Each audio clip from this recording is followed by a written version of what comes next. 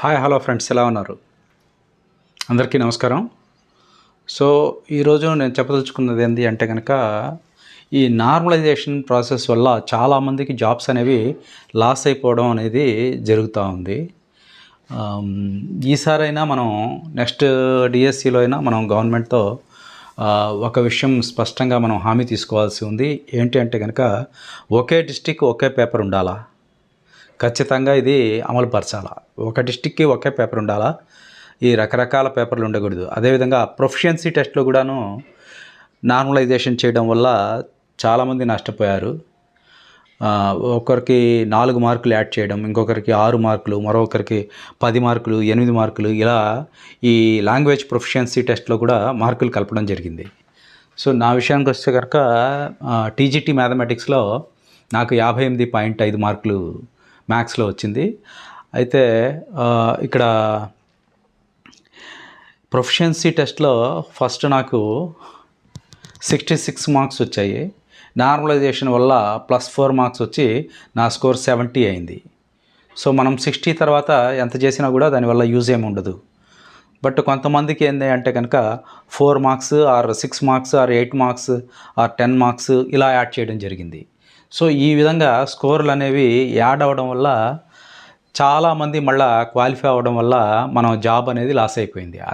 అలా కాకుండా ఒక పేపరే ఉన్నట్లయితే బాగుండేది. సో ఈ యాడ్ చేయడం వల్ల, స్కోర్లు యాడ్ చేయడం వల్ల, ఈవెన్ ఇన్ నార్మలైజేషన్ ఇక్కడ మనకి ఈ ప్రొఫిషియన్సీ టెస్ట్లో కూడా యాడ్ చేయడం వల్ల చాలామంది క్వాలిఫై అయిపోవడం జరిగింది. దాంతో మనకి టీజీటీ మ్యాథ్స్లో నా స్కోర్ 58.5 వచ్చినప్పటికీ జాబ్ రావడం కష్టమైపోయింది. నా స్కోర్ వచ్చేసేసి 58.5. ఇది టీజీటీ మ్యాథ్స్లో నా స్కోరు. టీజీటీ మ్యాథ్స్లో ఇక్కడ 58.5 మార్కులు రావడం జరిగింది. బట్ మనకి జాబ్ అనేది కష్టమైపోయింది అన్నమాట. అదేవిధంగా చాలామంది ఎస్జిటిలో కూడా ఈ నార్మలైజేషన్లో చాలా నష్టపోతున్నాం. ఈ నాకు ఎస్జిటి స్కోర్ వచ్చేసేటప్పటికి 73.08. ఇది 17th జరిగింది. 17th జరిగినటువంటి ఈ ఎగ్జామ్లో నాకు ఎస్జిటి స్కోరు 73.08 వచ్చింది. బట్ మనకి ఇక్కడ యాడ్ స్కోర్ ఏం రాలేదు. బట్ ఏంది అంటే కనుక 13th ఆఫ్టర్నూన్ జరిగిన వాళ్ళకి ఏకంగా 4 to 5 మార్క్స్ వరకు యాడ్ చేయడం వల్ల వీళ్ళకి బాగా ప్లస్ అయింది. సో ఈ 13th ఎగ్జామ్ అయితే ఎవరికైతే జరిగిందో వీళ్ళు 4 మార్క్స్ అంటే జస్ట్ 0.1 మార్క్స్ తోటే చాలామంది ఉంటున్నారు. 1 మార్క్లో ఈజీగా 15 మెంబర్స్ దాకా ఉంటున్నారు అనమాట. 1 మార్క్ డిఫరెంట్లోనే 15-20 మెంబర్స్ దాకా ఉంటున్నారండి 1 మార్క్ డిఫరెన్స్ తోటి. సో ఇక్కడ మనకి 4 or 5 మార్క్స్ యాడ్ చేశారు ఈ 13th జరిగినటువంటి ఎస్జిటి ఎగ్జామ్కి. ఇన్ని మార్క్స్ యాడ్ చేస్తే మన ర్యాంకు, నేను చిత్తూరు డిస్టిక్లో నాన్ లోకల్లో రాశాను. నా స్కోర్ 73.08కి నా ర్యాంక్ వచ్చేసేసి 1952 వచ్చిందండి. ఈ +4 అనేది చేయకుండా ఉన్నట్లయితే వేరే విధంగా ఉండేది స్కోరు. సో ఇక్కడ ఎస్జిటిలో కూడా మనం లాస్ అయిపోవడం అనేది జరిగింది. తర్వాత టీజీటీ ఇంగ్లీష్ అండి, నేను రాసిన ఎగ్జాము టీజీటీ ఇంగ్లీష్. దీంట్లో నా స్కోర్ వచ్చేటప్పటికి 63.63. నా ర్యాంక్ వచ్చేసేసి 369వ ర్యాంకు. 369వ ర్యాంకు టీజీటీ ఇంగ్లీష్లోనండి. సో ఇక్కడ కూడా మనకి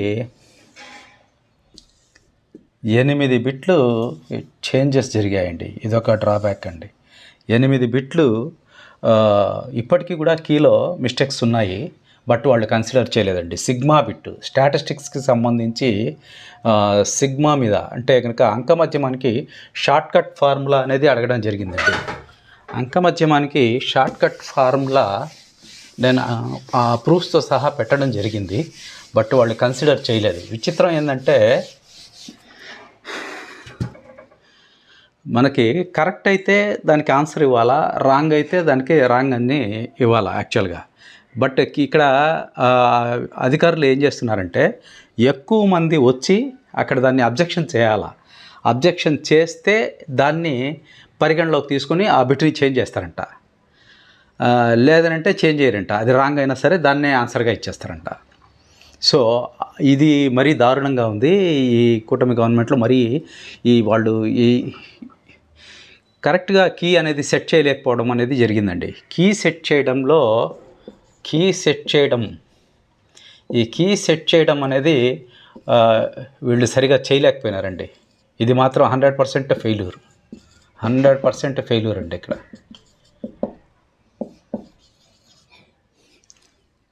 ఇక్కడ కీ సెట్ చేయడంలో మాత్రం 100% ఫెయిల్యూర్ అయినారు. సో నేను నోటీస్ చేసినటువంటి బిట్టు, నాకు టీజీటీ ఇంగ్లీష్లో నాకు రావాల్సినటువంటి హాఫ్ మార్క్ ఏంది అంటే కనుక అర్థమెటిక్ మీన్ ఏఎంకి షార్ట్ కట్ ఫార్ములా అడిగారండి. అర్థమెటిక్ మీన్ దీనికి షార్ట్ కట్ ఫార్ములా అంటే కనుక మనకి ఏఎం ప్లస్ అంటే యావరేజ్ అర్థమెటిక్ మీన్ ఉంటుందండి. AM plus sigma F D by N into C, ఇది ఫార్ములా. వాళ్ళు ఏమి ఇచ్చారంటే కీలో ఇచ్చినటువంటి ఆన్సర్ ఏంది అంటే కనుక ఏఎం ప్లస్ క్లాస్ ఇంటర్వెల్ ఇచ్చారండి. ఇది 100% రాంగ్ అనమాట. ఇక్కడ క్లాస్ ఇంటర్వెల్ యాడ్ చేయడం జరిగింది. దీన్ని ఈ షార్ట్ కట్ మెథడ్ని ఇక్కడ షార్ట్ కట్ మెథడ్ని మనం డీవియేషన్ మెథడ్ అంటారండి. డీవియేషన్ మెథడ్ అంటే ఇక్కడ మనకి డీవియేషన్స్ తీసుకుంటాం, అక్కడ డి ఉండాలి ఫార్ములాలో. ఈ ఫార్ములా నేను అకాడమీ బుక్లో ప్రూఫ్స్తో సహా సబ్మిట్ చేయడం జరిగింది, బట్ వాళ్ళు కన్సిడర్ చేయలేదు. దీన్ని తెలుగులో విచలనాల షార్ట్కట్ పద్ధతిని తెలుగులో విచలనాల పద్ధతి అంటారు, ఇంగ్లీష్లో డీవియేషన్ మెథడ్ అంటారు. నేను క్వశ్చన్ చదివిన వెంటనే దీనికోసం వెతికానండి. ఈ పార్ట్ అసలు లేదు, ఎగ్జామ్లో కీలో ఇది ఇవ్వలేదు. ఇక్కడ క్లాస్ ఇంటర్వెల్ అనేది యాడ్ చేయడం జరిగింది. ఇది 100% రాంగ్ అండి ఇది. బట్ ఏంటంటే దీనికే ఆన్సర్ ఇవ్వడం జరిగింది. సో ఇక్కడ నాకు ఇంకొక హాఫ్ మార్క్ అనేది లాస్ అయిపోయినాను. ఈ హాఫ్ మార్క్ యాడ్ అయ్యి ఉంటే ఇది నాకు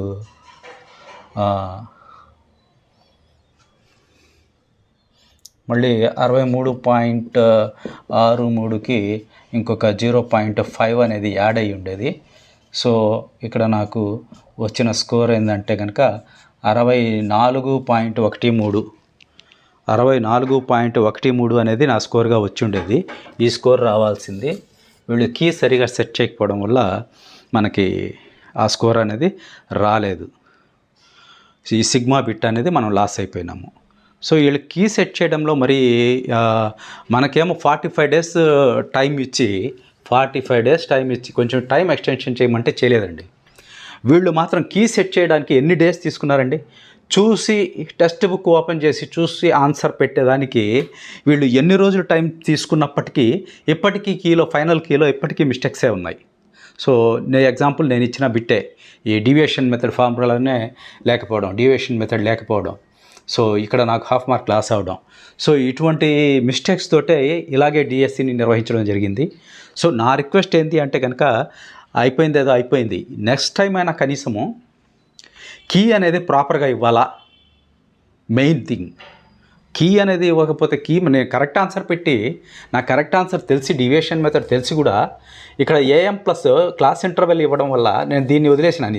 ఇది రాంగ్ కాబట్టి దీన్ని వదిలేసేసి నేను సిగ్మా ఎఫ్ఎక్స్ బై ఎన్ దీన్ని ఆన్సర్గా చూస్ చేసుకోవడం జరిగింది. సో ఎందువల్ల అంటే కనుక నెక్స్ట్ ఆన్సర్లో సిగ్మా ఎక్స్ బై ఎన్ ఇది అవర్గీకృత దత్తాంశానికి అర్థమెటిక్ మీన్ అనమాట.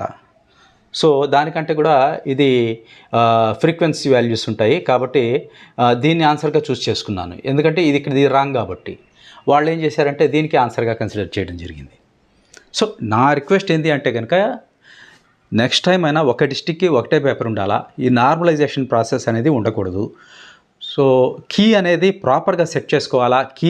కీకి మేము వచ్చి అబ్జెక్షన్ చేస్తేనే కీ కరెక్ట్ మేము చేంజ్ చేస్తాము, లేకపోతే రాంగ్ ఆన్సర్నే కన్సిడర్ చేసి దాన్నే మేము ఇచ్చేస్తాము అనడం అనేది చాలా చాలా రాంగ్ అండి. ఈ విధానాన్ని స్వస్తి పలికి డిఎస్సి అభ్యర్థులు ఇంత పెద్ద మెగా డిఎస్సి ఇచ్చినా కూడా తీవ్రమైన నిరాశ చెందడానికి కారణం ఏంటి అంటే విద్యాభవన్కి ఈ డిఎస్సికి తిరిగినట్టుగా డిఎస్సి అభ్యర్థులు ఏ డిఎస్సికి తిరగలేదండి. ఇది 100% షూర్. సో కాబట్టి ఈ తప్పులన్నింటినీ రెక్టిఫై చేసుకొని మళ్ళీ 2026లో నారా లోకేష్ గారు మంచి డిఎస్సి ఇచ్చి డిఎస్సి అభ్యర్థులకి టీచర్స్ రిక్రూట్మెంట్ చేసి వీళ్ళందరికీ కూడా మంచిగా మళ్ళీ మరో అవకాశం ఇస్తారని చెప్పేసి ఆశిస్తున్నాను. అదేవిధంగా ఏజ్ అండి, ఇప్పటికే ఏజ్ అనేది ఆల్రెడీ 44 ఉంటే మీరు పెంచామని చెప్పేసి 44 ఇచ్చారు. వీళ్ళందరూ కూడా చాలామంది సఫర్ అవుతూ ఉన్నారు. 44 కాదండి, వీళ్ళకి ప్లస్ చేసి మీరు ఎంత ఇస్తారనేది ముందుగానే ఇన్ఫామ్ చేస్తే వాళ్ళు ప్రిపేర్ అవ్వడమా లేదా వాళ్ళు వేరే జాబ్ ఏదైనా చేసుకోవడమా అనేది చేసుకుంటారు.